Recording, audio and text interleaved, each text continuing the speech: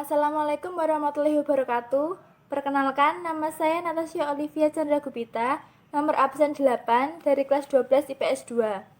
Di video kali ini, saya akan menjelaskan tentang perkembangan musik kontemporer dan juga konsep dari musik kontemporer.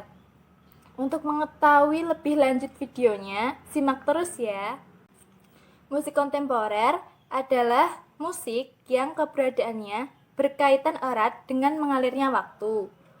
Itulah mengapa musik kontemporer sering juga disebut sebagai musik garda depan atau avant-garde.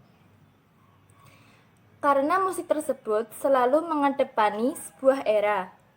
Musik kontemporer juga lazim menyandang sebutan new music atau musik baru. Mengapa? Karena musik sebagai konsekuensi keberadaan yang selalu mengedepankan sebuah era.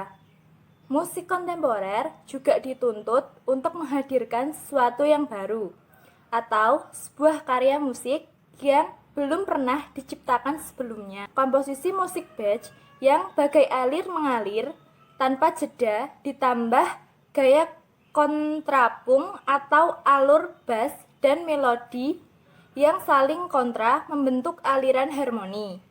Merupakan sebuah komposisi yang jauh melampaui kelaziman di masa itu. Kemudian, musik kontemporer juga menjadi salah satu sebuah jenis musik yang mandiri dan mulai marak keberadaannya pada abad ke-20.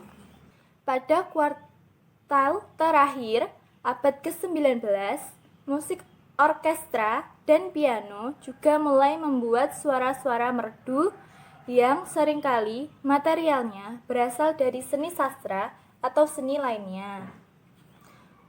Adapun juga perkembangan dan juga konsep musik kontemporer. Dalam sebuah ceramah tentang musik kontemporer, Dieter Max justru membeberkan fakta-fakta lain di mana karya dari Max Revel Front Page untuk 2 piano dan 5 tangan yang diciptakan pada tahun 1918.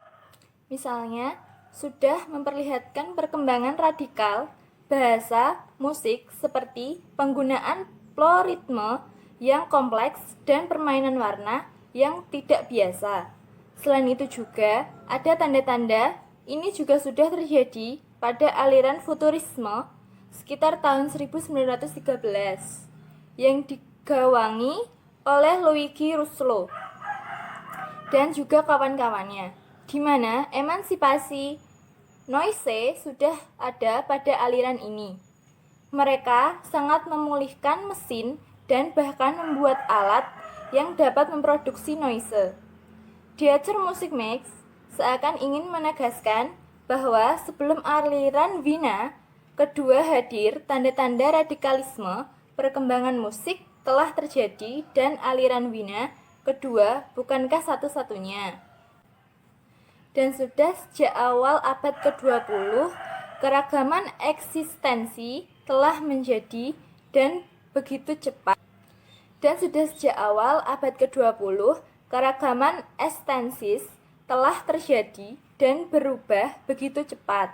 Seperti yang dikatakan oleh Sukaharjana, perkembangan musik baru pasca Perang Dunia Kedua juga tidak lepas dari campur tangan politisi, di mana OMGUS atau The Office Military Government United Sentence memakai musik dalam upaya mendegrasi supremasi budaya Aryan setelah kekalahan Nazi sebagai pusat musik baru. Atas usulan politikus musik Wolfgang Steinke diadakan kursus musim panas untuk musik baru, di mana OMGUS menyumbang 20% dari dana kegiatan tersebut. Dalam ceramahnya, Dieter Max juga membeberkan beberapa fakta lain juga. Yang pertama itu mendukung perkembangan musik baru pasca Perang Dunia Kedua, yakni mulai bermunculannya ensemble-ensemble profesional seperti ensemble modern, ensemble intercontemporain, Kolak Forum Wien, dan lain sebagainya. Dan juga peran stasiun radio, di mana stasiun radio diwajibkan mempresentasikan musik-musik baru. Adapun juga perkembangan teknologi elektronis juga memicu kemunculan aliran musik elektronik di Jerman, di mana para komunis menggunakan berbagai macam generator bunyi untuk mengolah berbagai bentuk gelombang untuk membuat musik. Dengan teknik elektronis, setidaknya secara teoritis setiap bunyi bisa dikembangkan dan juga diatur dari pangkal, tape recorder, dan perangkat elektronis. Misalnya, sudah memperlihatkan perkembangan radikal bahasa musik seperti penggunaan ploritme yang kompleks dan permainan warna yang tidak biasa.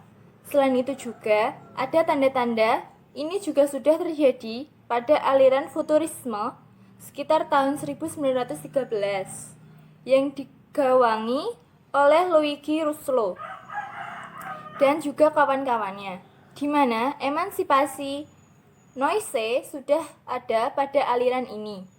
Mereka sangat memulihkan mesin dan bahkan membuat alat yang dapat memproduksi noise. Deutscher Musikmax seakan ingin menegaskan bahwa sebelum aliran Wiener kedua hadir, tanda-tanda radikalisme perkembangan musik telah terjadi dan aliran Wiener kedua bukankah satu-satunya. Dan sudah sejak awal abad ke-20, keragaman eksistensi telah menjadi dan sudah sejak awal abad ke-20, keragaman ekstensis telah terjadi dan berubah begitu cepat. Seperti yang dikatakan oleh Sukaharjana, perkembangan musik baru pasca Perang Dunia Kedua juga tidak lepas dari campur tangan politisi, di mana OMGUS atau The Office Military Government United Sentence memakai musik dalam upaya mendegrasi supremasi budaya Aryan setelah kekalahan Nazi.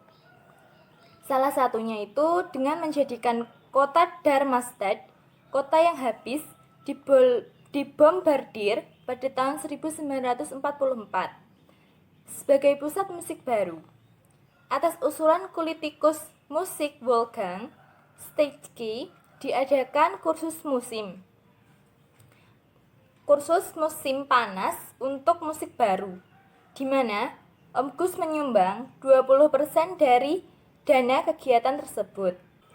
Dalam ceramahnya, Dieter Max juga membeberkan beberapa fakta lain juga. Yang pertama itu mendukung perkembangan musik baru pasca Perang Dunia Kedua, yakni mulai bermunculannya ensemble-ensemble profesional seperti ensemble modern, ensemble intercontemporain, Kolak Forum Wien, dan lain sebagainya. Dan juga peran stasiun radio, di mana stasiun radio diwajibkan mempresentasikan musik-musik baru. Adapun juga perkembangan teknologi elektronis juga memicu kemunculan aliran musik elektronik di Jerman, di mana para komunis menggunakan berbagai macam generator bunyi untuk mengolah berbagai bentuk gelombang untuk membuat musik.